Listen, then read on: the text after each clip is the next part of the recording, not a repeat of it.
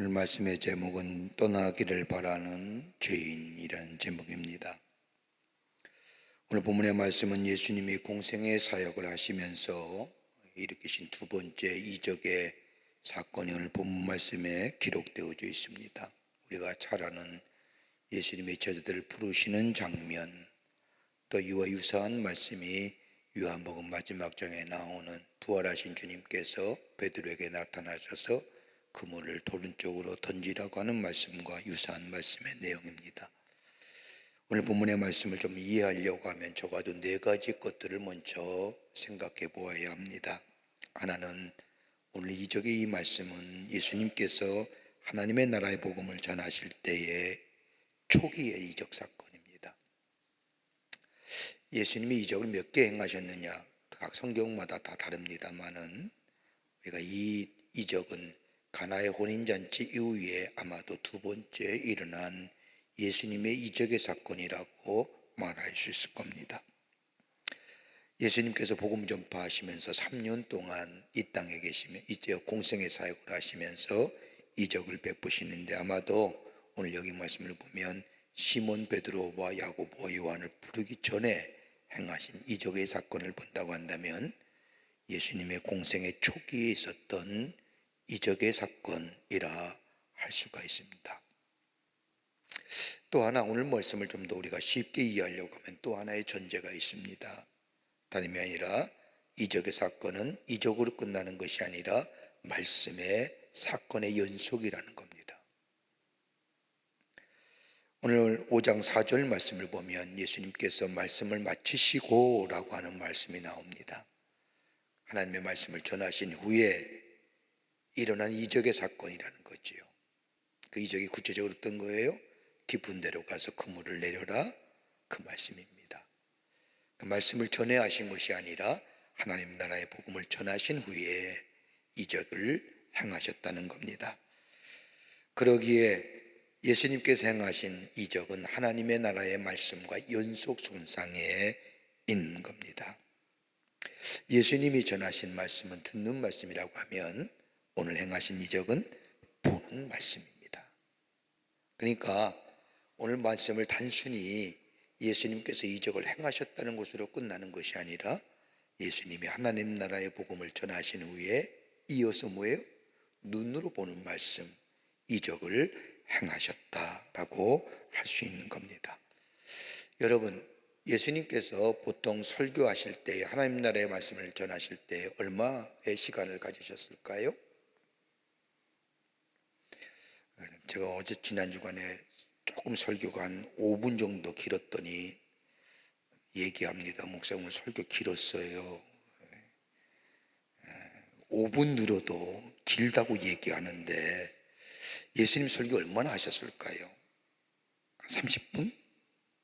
아닐 거예요. 오병이의 기적을 보세요. 날이 저물도록 하면 아마도 한 서너 시간은 하셨을까 아닐까. 저는 예수님의 공생의 사역에 하나님의 말씀을 전하는 말씀을 들을 때마다 우리 예수님 참 에너지 굉장하다. 어떻게 3시간을 하나님 나라의 복음을 전할 수 있을까? 그것도 정말로 사람들이 들을 때마다 그 말씀에 흠뻑 빠져들 정도로. 아마도 이 세상의 최고의 텔러는 예수님 것이다. 가만 보세요. 하늘나라의 비유를 얘기할 때에 4가지의 마음의 밭을 가지고 얘기하시잖아요. 또 가라지의 비유라든지 곳곳에 예수님께서 비유로 하신 말씀을 가만히 읽어보면 예수님만큼 스토리텔러가 없을 것이다. 그렇게 하나님의 나라의 말씀을 재미있게 그리고 많은 청중들이 쉽게 이해하게끔 하나님의 말씀을 전하셨던 분이 우리 예수님인 것을 성경에서 발견하는데 오늘도 말씀을 마치시고 라고 하는 대목을 보면 아마 긴 시간 동안 하나님의 말씀을 전하신 이후에 오늘 이적을 통하여 하나님의 말씀을 확정시켜 주셨다 할 것입니다. 또 하나 오늘 말씀을 보면서 우리가 전제해야 할 하나 가지 뭐냐? 믿음은 어떤 것이냐? 믿음에 대한 얘기입니다.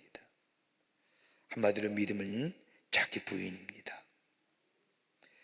이게 말씀의 결론 부분이라고 할 수가 있지요.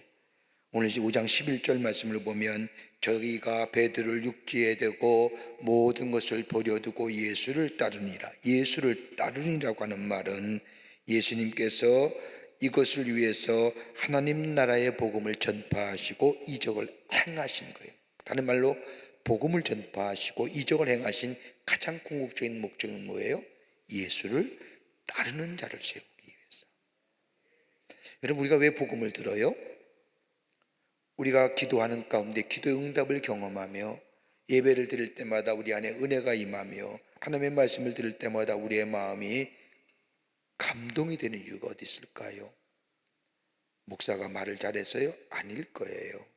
성령이 역사하시고 성령이 감동하셔서 궁극적으로 몰려 예수 따르는 사람, 예수의 사람이 되기 위한 하나님의 역사하심이라는 거예요. 오늘도 이 말씀이에요. 예수님께서 궁극적으로 기적을 행하시고 이적을 행하시고 하나님 나라의 복음을 전하신 이유는 다름이 아니라 말씀을 들은 사람으로 하여금 하나님 나라의 사람으로 세움받아서 예수 그리스도를 따르고 닮아가는 사람이 되기 위해서 하나님께서 말씀을 전하시고 이적을 행하셨다라고 얘기할 수 있을 겁니다. 그러기에 5장 11절 말씀을 보면 모든 것을 버려두고 예수를 따르니라. 여러분, 예수를 따른다는 게 쉬운 일일까요?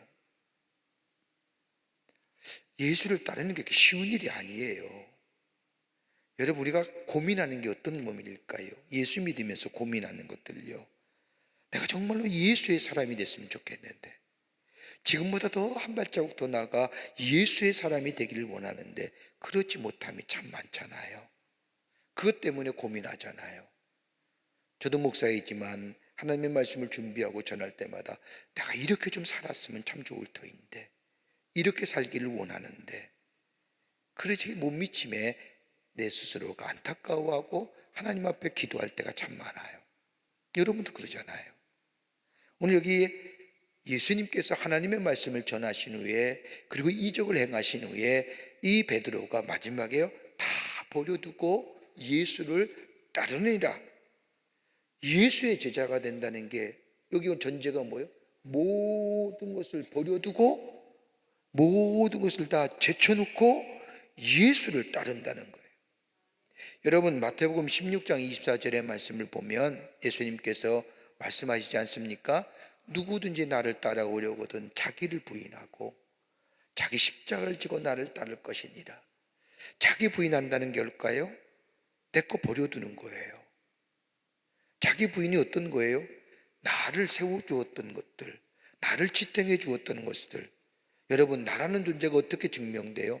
내가 가지고 있는 삶의 터전, 내가 가지고 있는 직업들, 내가 가지고 있는 것들을 통하여 나라는 정체성이 드러내잖아요.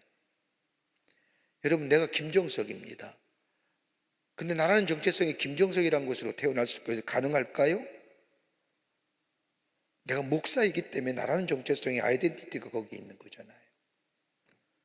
근데 주님 따르는 길에는 이것이 부인되어야 된다는 거예요. 나를 지탱해 줬던 것들, 나를 지지해 줬던 것들, 나의 삶에 나라는 것에 대해서 정체성이 이게 부인되어야 된다는 거예요. 이 버려둔다는 게 그런 의미예요. 나를 부인한다는 게 쉬운 일일까요? 오늘 이 본문의 말씀을 보면 예수님이 전하신 하나님의 말씀을 들은 이 베드로, 그리고 이적을 통하여 말씀을 눈으로 경험한 이 베드로가 예수님을 보고 자기의 모든 것을 다 버려두고 예수를 쫓았다고 하는 것. 믿음은 그러기 곧 예수를 믿는다는 것은 전제 조건이 뭐예요? 내 것을 부인할 줄 아는 것, 내 것을 내려놓을 줄 아는 것, 나를 부정하는 자들.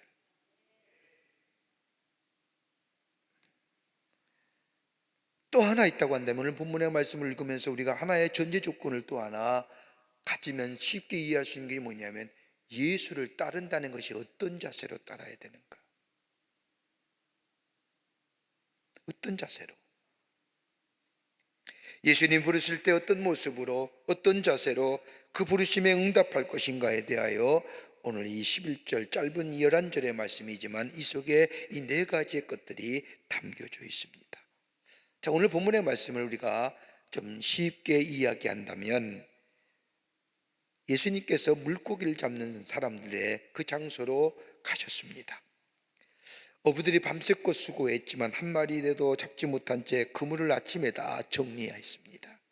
일이 다 끝난 거지요. 그런데 예수님이 저들의 직업과 연관시켜서 이적의 역사를 일으키십니다. 밤새도록 수고했지만 한 마리도 잡지 못했던 어부들을 향하여 저 깊은 데로 가서 고기를 잡으라고 말씀하십니다. 그 말씀에 베드로와 야고보와 요한이 순종하여 깊은 데로 가서 그물을 내리게 될 때에 고기가 많이 잡혔는데 베드로의 배뿐만 아니라 옆에 있는 동부의 배까지 오게 해서 그 고기를 심으니 배가 심히 가라앉을 정도로 많은 고기가 잡혔다라는 것이 오늘 본문의 말씀의 내용입니다. 뭘 느낄 수 있을까요? 일반적인 것을 넘어서는 거예요. 초자연적인 거예요. 앞으로 뒤에도 설명하겠지만 초이성적이고 초자연적이고 초율법적인 사건이 이루어진 것이라고 할 수가 있습니다.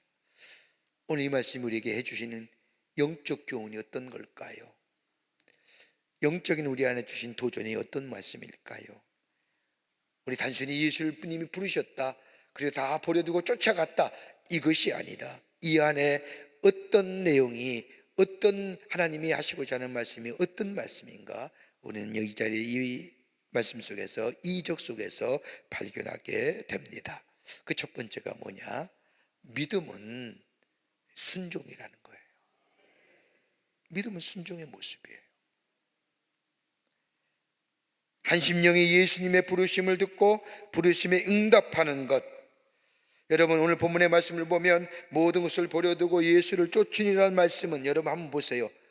생판 모르는 사람이 와서 밤새 일 다 끝났는데 고기를 밤새 잡고 한 마리도 못 잡아서 그물을 다 씻어놓고 이제 집에 가려고 퇴근하려고 하는데 와서 배에 오르사 하나님의 말씀을 전하고, 그리고 그 베드로를 향하여, 다 일일이 끝난 베드로를 향하여, 정말로 그 게네사렛 호숫가에서 잔뼈 굵은 베드로를 향하여 야, 깊은 데로 가서 그물을 내려라. 그 말씀을 따라서 이 베드로가 깊은 데에 가서 그물을 내렸더니 고기가 많이 잡혔더라. 조금만 전만 해도 밤새도록 수고해서 한 마리도 못 잡았는데 예수님의 말씀에 그대로 순종했더니 이적이 일어났더라. 이적과 기적의 역사는 어떻게 일어나느냐? 하나님의 말씀에 순종하게 될 때에 이적과 기적이 일어난다는 것을 오늘 이 말씀을 통해서 우리에게 말씀하시는 거예요. 이적의 필요 조건이 어떤 것이냐? 기적의 필요 조건들이 어떻게 역사하느냐? 하나님의 들려오는 말씀에 순종하게 될 때에 이적과 기적의 역사가 우리 가운데 일어나는 겁니다. 여러분, 순종한다는 거 쉬운 일 같지요?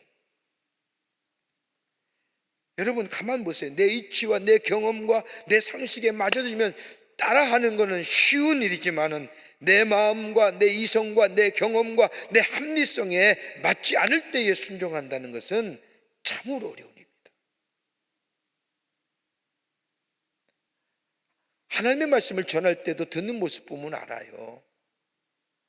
말씀을 들을 때에 그냥 순수한 마음으로, 깨끗한 마음으로 하나님의 말씀이 이게 드는 사람이 있는 반면에 내 경험과 내 이성과 내 상식에 맞지 않아서 그 말씀에 대하여 듣지 않는 사람은 태도를 보면 한다.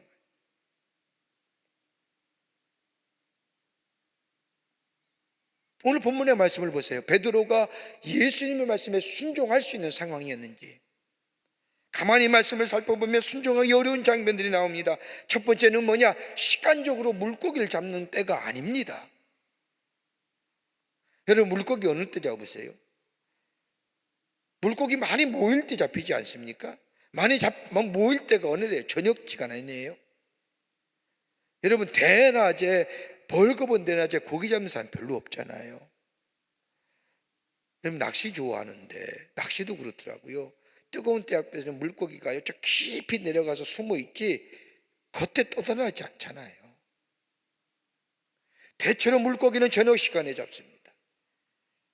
밤새도록 한 마리도 물고기를 잡지 못한 사람들, 이제 다 모든 일이 끝나고 모든 일 다 접고 집으로 돌아가려 할 때에 예수님께서 그것도 벌거벗은 때가 시간상으로 맞자는 그때에 그물을 내려라. 안 맞는 거예요. 순종하지 못할 상황이에요. 또 하나 있어요. 장소를 봐도 맞지 않아요. 여러분, 그물을 던진다는 것은 물고기가 있는 장소, 물고기가 모이는 장소에 그물을 던져야, 아무 때나 무턱대고 그물 던지는 어부나 선장은 없어요.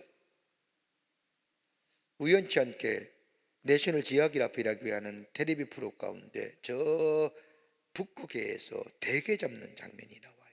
그 엄청난 파고 속에서 대게를 잡습니다. 대게를 잡는데요, 그 엄청난 파고 눈보라 갇히는데도 어느 때 고기가 있을 만한 장소에 아무데나 그물 내리는 거 아니에요. 그런데 오늘 본문 말씀 보세요. 장소도 맞지 않아요.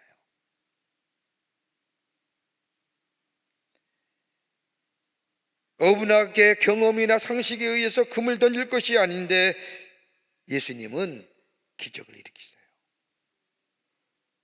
또 하나 있습니다. 일이 끝났어요. 오늘 5장 2절 말씀을 보면 어부들이 배에서 나와 그물을 씻는지라. 어부들이 그물을 다 씻은 후에 예수님께서 배에 오르셔서 거기에 모인 사람들에게 하나님의 말씀을 전하십니다. 다 사람들에게 하나님의 말씀을 전하셨을 때, 아까도 말씀드렸듯이 30분 전했을까요? 아닙니다. 2시간 내지 3시간 정도 전했을 겁니다. 다 전하신 후에 베드로에게 야, 깊은 데로 가서 그물을 내려 고기를 잡으라. 일 다 끝났는데, 그물 다 씻혔는데, 저 같으면 짜증나는 일일 거예요. 안 그러겠어요? 다 정리하고 집에 가서 좀 쉬어야지 이따 밤에 다시 나와 고기 잡을 거 아니에요. 이번 이미 한 번 실패한 일이에요. 그걸 재차하라는 게 뭐예요? 또 다시 실패하라는 거 아니에요. 그걸 합리적으로 받아들일 사람이 얼마나 되겠습니까?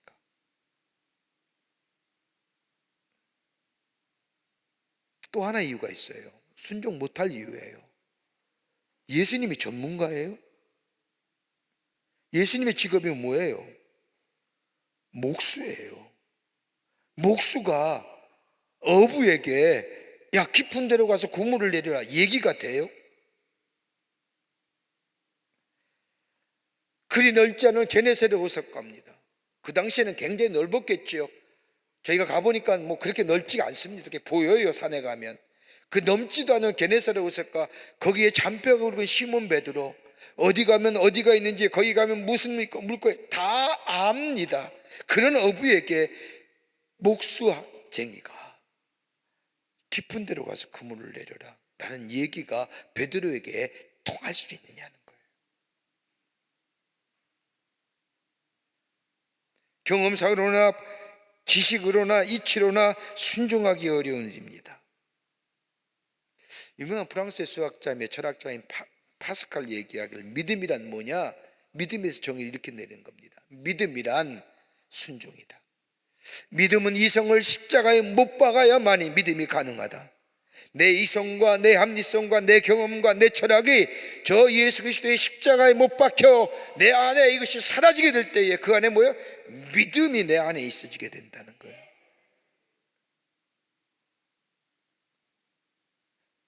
앞에서 얘기했던 순종하지 못할 이유들, 이렇게 얘기할 수가 있죠. 이렇게 되면 저렇게 되고 저렇게 되면 이렇게 된다, 이것이 옳다 저것이 옳다. 팡세에 있죠. 파스칼이 얘기하면 이거 다 십자가에 못 박아 버리는 거예요.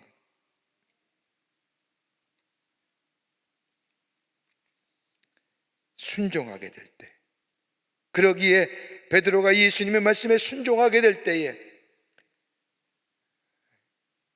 밤새도록 실패했지만 차고 넘치는 수확의 열매를 거두었다고 하는 것. 잡느냐 못 잡느냐가 아니죠. 오늘 본문 말씀을 보세요. 예수님께서 깊은 데로 가서 그물을 내리라고 할 때에 이 베드로가 뭐라고 얘기합니까? 5장 5절 말씀에 그렇게 얘기하잖아요. 밤이 새도록 수고하였으되 잡은 것이 없지만은 내가 말씀에 의지하여 그물을 내리리이다. 자, 보세요. 무슨 얘기일까요? 원문을 그대로 한번 우리가 해석해 보자고요.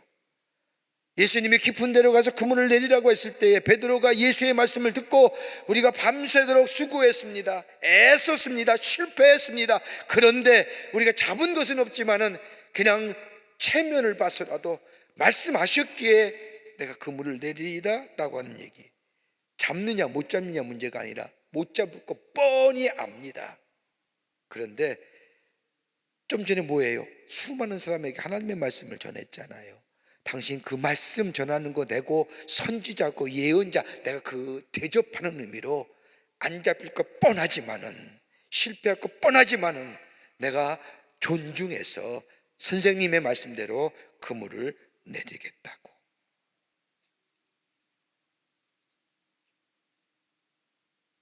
여러분, 그렇게 순종이라도 그 말씀에 순종하면 뭐가 돼요? 열매가 맺어지게 됩니다. 이적의 역사를 경험하는 거예요.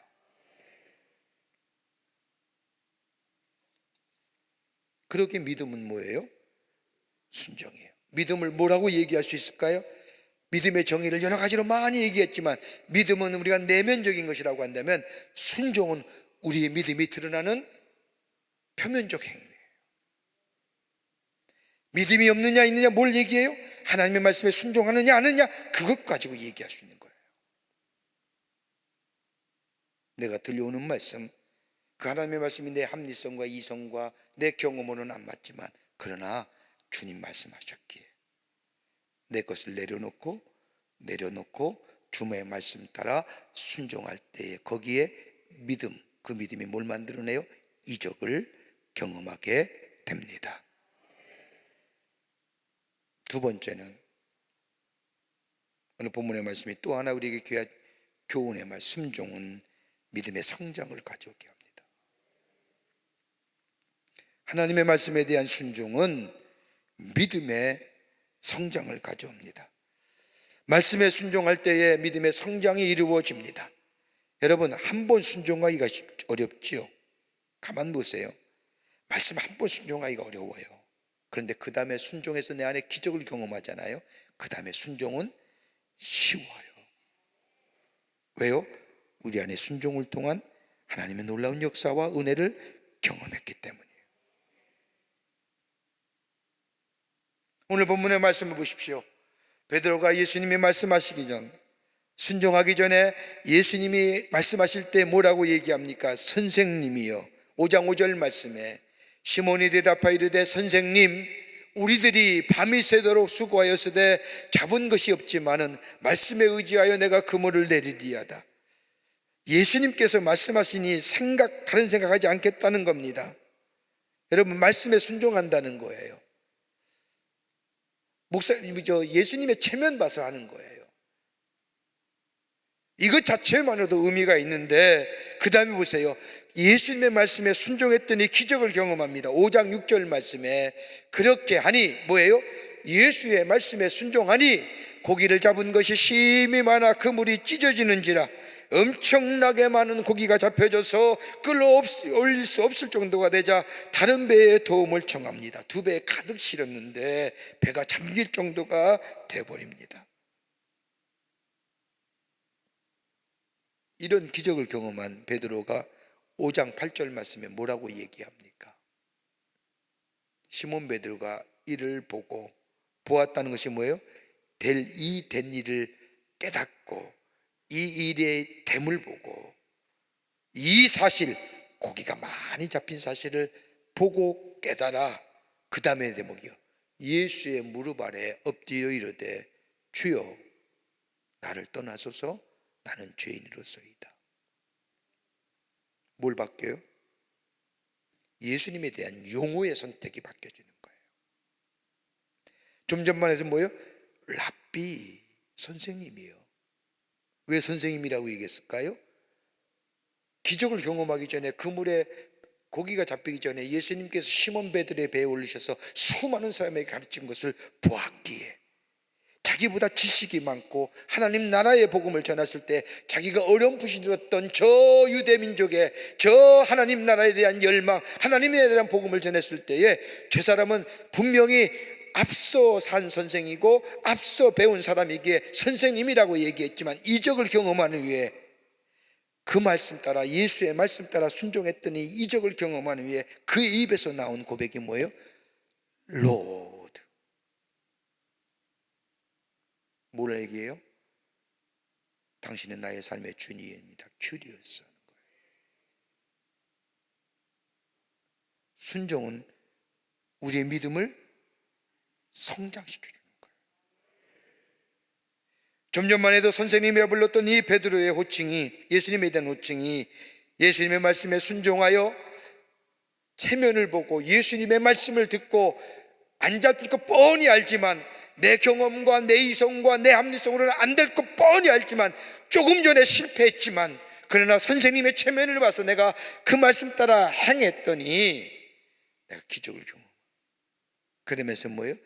주님의, 예수님에 대한 호칭이 바뀌어지며 주여. 관계가 달라지는 거예요.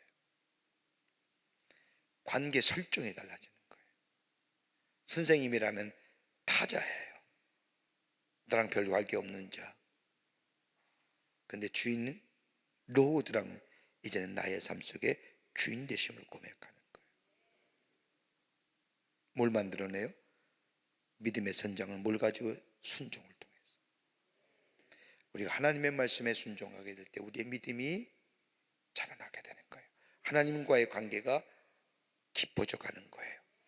말씀에 순종할 때에 한 단계 더 예수께 가까이 가고, 그 말씀에 순종할 때 우리의 믿음이 더 한 단계 더 예수님과 가까이 가고, 우리의 삶 속에 말씀의 순종을 통하여 내가 예수처럼 되어가는 인생.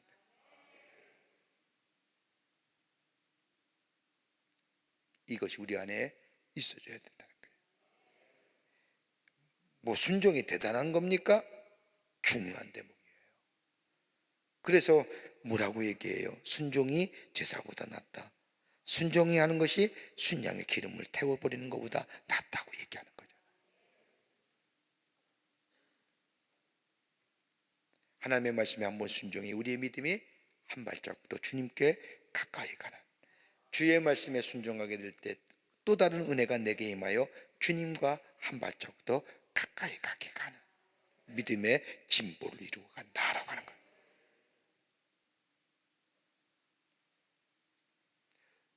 또 하나 오늘 본문의 말씀이 주는 또 하나의 영적인 교훈은 온전한 믿음의 자리에 서게 하는 이적이에요.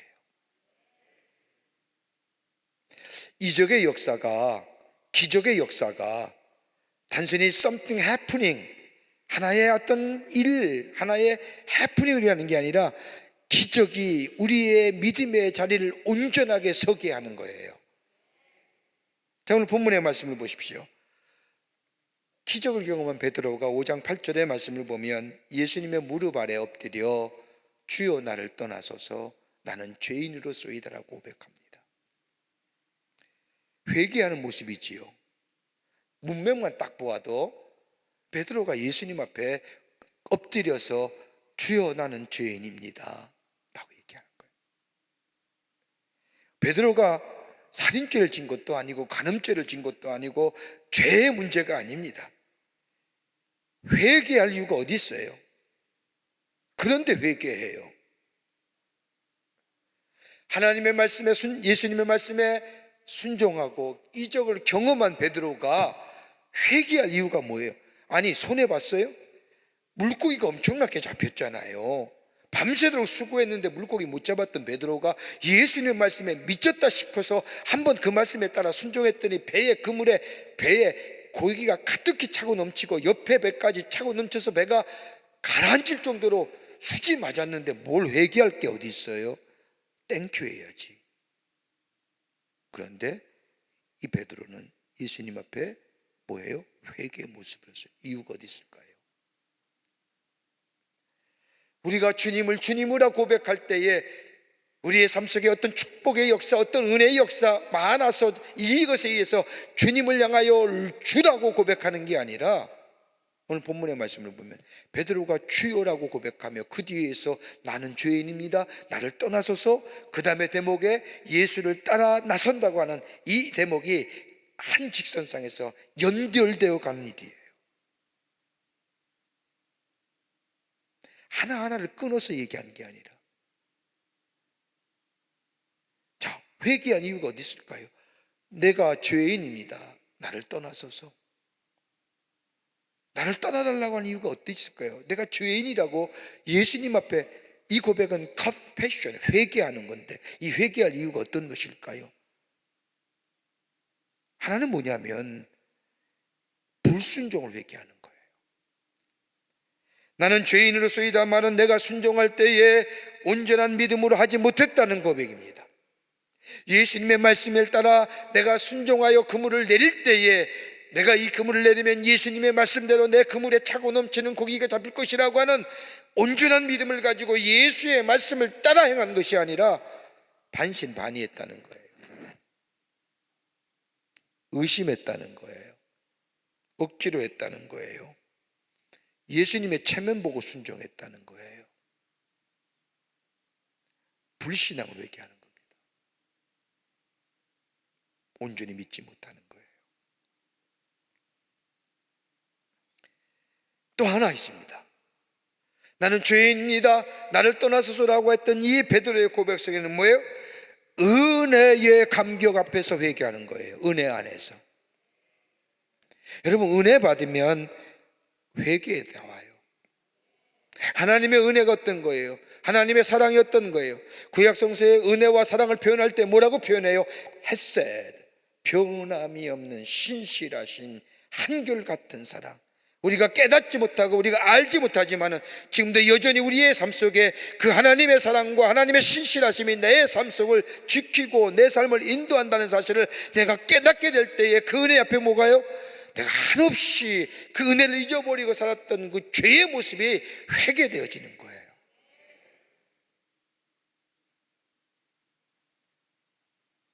나는 죄인입니다라고 하는 것은 자기 반성이 아니에요. 하나님의 능력 앞에서 내가 얼마나 죄인인가를 의심하고 불순종했던 죄, 빛 앞에서 어둠에 물러가는 것, 높은 산에 올라가서 자신을 돌아보면서 아, 내게 이런 잘못이 있었구나 한 것이 아니라 하나님의 능력을 보는 순간, 뭘 봐요? 이적을 보는 순간, 하나님의 놀라운 살아계심을 경험하는 순간, 그 이적과 경험의 산물을 가지고 기뻐하는 것이 아니라 그 이적과 경험을 경험하면서 내가 어떤 자리에 서 있었느냐라는 것에 대해서 생각하는 거예요. 뭐예요? 그러면서 회개하는 거예요. 우리 기도 응답 받죠? 좋아하는 거 아니에요. 그런데 그 기도 응답 속에 행여나 내가 응답 받을 만한 존재였는가? 내가 의심하지 않고 정말 기도했는가?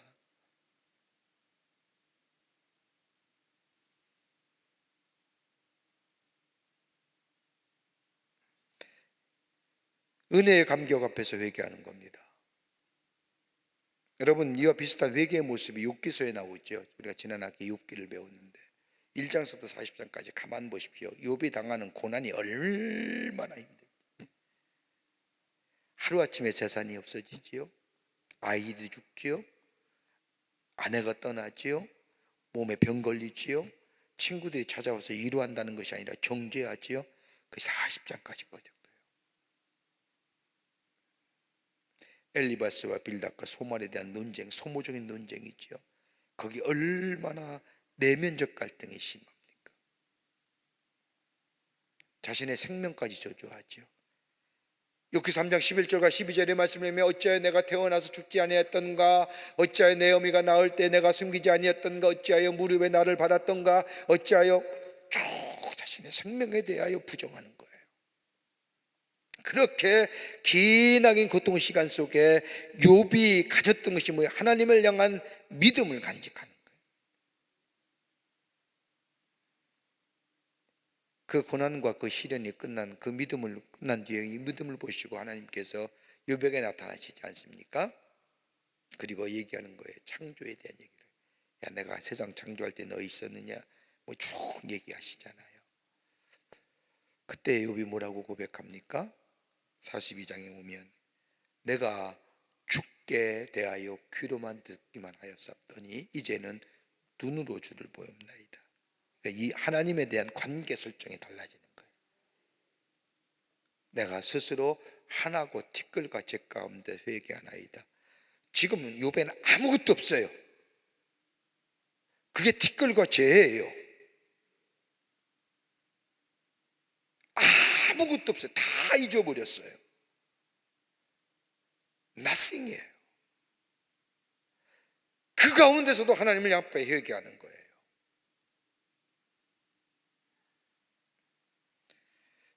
여러분, 우리가 흔히들 가만히 보면 성공하고 잘 될 때 회개하는 사람 없어요. 가만 보세요. 잘 되고 뭐 일이 잘 되고 상황 그럴 때 회개하는 사람 별로 없어요. 건강할 때 자기 교만대로 살다가 병들어 죽게 되었을 때 회개하는 사람은 보아도 건강하고 잘 될 때 하나님 앞에 회개하는 마음 가지고 사는 사람 없어요.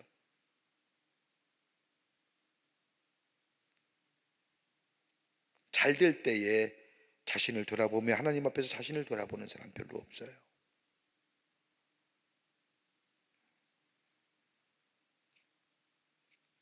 욥은 뭐예요? 제일 안 됐을 때, 제일 안 됐을 때 회개하면 잘 됐을 때 회개할 거 아닙니까? 아닌가요? 하나님 앞에 은혜 앞에서 회개하는 거예요. 또 하나, 하나님의 커다란 역사 앞에서 죄인, 나는 죄인으로서이다라고 하는 이 베드로의 회개의 고백은 저주받은 것도 아닙니다. 실패한 것도 아닙니다. 징계를 받은 것도 아닙니다. 엄밀하게 말하면 놀랄만한 기적을 보았습니다. 경험했습니다. 다른 한편으로 말하면 수지 맞은 사람이에요. 그런데 나는 죄인으로서이다라고 말합니다. 행간을 읽어보자고요. 물고기가 많이 잡혔냐 안 잡히나, 이 베드로는 이 관심이 없는 거예요. 조금 전에도 밤새 실패했는데 이 대목에 와서는 고기가 얼마나 잡혔느냐, 얼마나 많이 잡혔느냐 이 관심이 없습니다. 하나님의 능력이 나타나심에 대한 관심이에요. 거기에 그 엄청난 능력 앞에 자신이 얼마나 부정적이고 믿지 못하는 사람이고 불순종, 그 커다란 능력 앞에 내가 죄인임을 깨닫는 거예요. 자, 쉽게 얘기할까요? 우리의 삶 가운데 일어나는 수많은 일상의 삶 가운데 하나님의 기적이 아니면 우리가 얘기할 수 있을까요? 우리 교회 집사님 한 분이요, 이틀 동안 비가 엄청 내렸는데 양평에 쪽에서 딸기 농사를 하시는데 우리 집사님한테 오늘 속회 때 얘기 들어서 저한테 얘기해 주더라고요. 다른 데 다 물 찼는데, 죄송합니다지만 그분 고백입니다. 자기네 비닐하우스만 물이 안 차더래요. 그래서 내심 미안하기도 하고 한편은 하나님의 은혜에 감사했대요. 근데 문제는 뭐냐면 이제 그쪽에서 나오는데 굴이 있다는 거예요. 이 터널을 지나와야만이 서울로 나오는데 터널을 들어가는데 갑자기 차가 푹 가라앉더래요. 웅덩이가 빠져서 비가 본네트까지 차더라는 거예요. 그 순간 문득 생각하는 거예요. 이거 어떡하지? 하나님 도와주세요. 그 짧은 막간의 시간에 하나님 앞에 기도하면서 싹 한 게 뭐냐면 건너가야지. 건너왔어요. 건너와서 딱 터널을 나오는 순간에 딱 보니까 차들이 앞에 웅덩이가 빠져서 길이 막혀지고 웅덩이가 빠져서 차가 바퀴의 3분의 2까지 차는데 가질 못하는 거예요. 근데 이 집사님은 터널을 건너왔잖아요.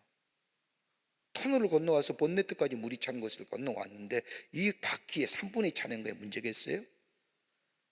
앞장서서 건너갔대요. 그랬더니 주저했던 다른 차들도 집사님의 차를 따라서 다 나왔어요. 그 뒤로 1시간 뒤에 그 도로가 유실됐다는 거예요.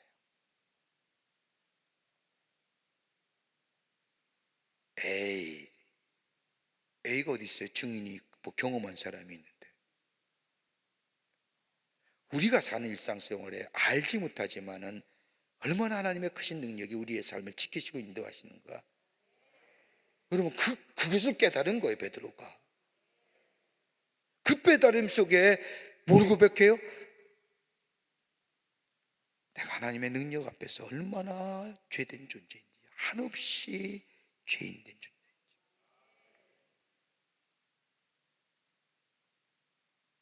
하나님 앞에 능력과 하나님의 권세, 하나님의 almighty power 하는 거예요. 거기 앞에 베드로는 왜요? 난 죄인이구나. 그러기에 마지막 고백이 뭐예요? 나를 떠나소서 하지 않습니까? 나를 떠나소서라고 하는 것은 하나님의 커다란 역사 앞에 죄인이라는 겁니다. 나는 자격이 없습니다. 나는 무자격자입니다. 아무 것도 없었습니다. 나는 주님의 제자가 될 수 없습니다. 이 고백이 있은 후에 제자 되는 거예요. 하나님의 사람 되는 거예요.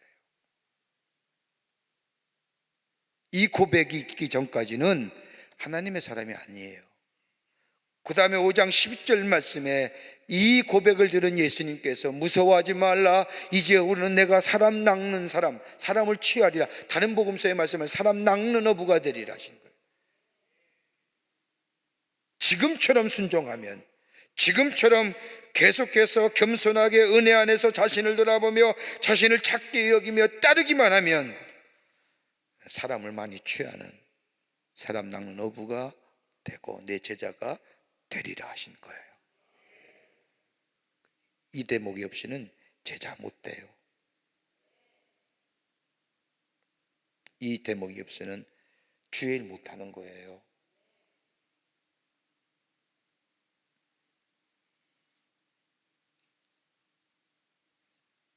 여러분, 베드로가 물고기를 잡는 데 실패해서 예수님의 제자가 된 것이 아니라 물고기 많이 잡았습니다.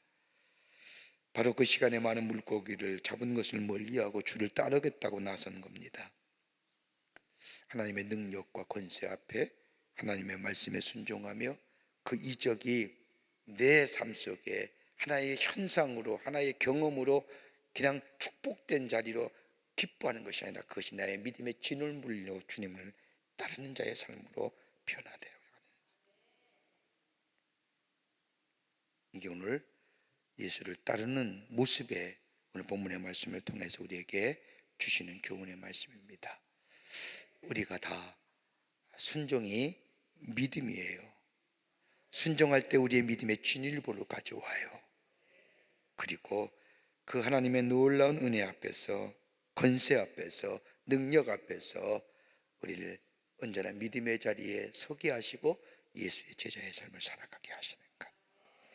이런 고백이, 이런 결단이 여러분과 저 가운데 있어 하나님의 주시는 축복을 누리며 사는, 이적을 매일매일 경험하는 여러분과 저와 되시기를 주의 이름으로 축원합니다. 하나님 감사합니다. 주께서 저희들을 사랑해 주셔서 하나님의 사람들로 세워주셨습니다. 하나님의 말씀에 순종하게 하시고 내가 순종하는 것이 아니라 내 안에 역사하시는 성령의 인도하심과 도우심을 통하여 말씀에 순종하여 믿음의 자리에 서게 하시고 온전한 믿음의 자리 속에서 이적을 경험하게 하시고 그리고 주의 놀라운 권세와 능력 앞에 매일매일 나를 부정하는 믿음을 통하여 예수의 제자의 삶을 살아갈 수 있도록 도와주시옵소서. 성령께서 도우시고 인도하여 주실 줄 믿으며 예수님의 이름으로 기도하옵나이다. 아멘.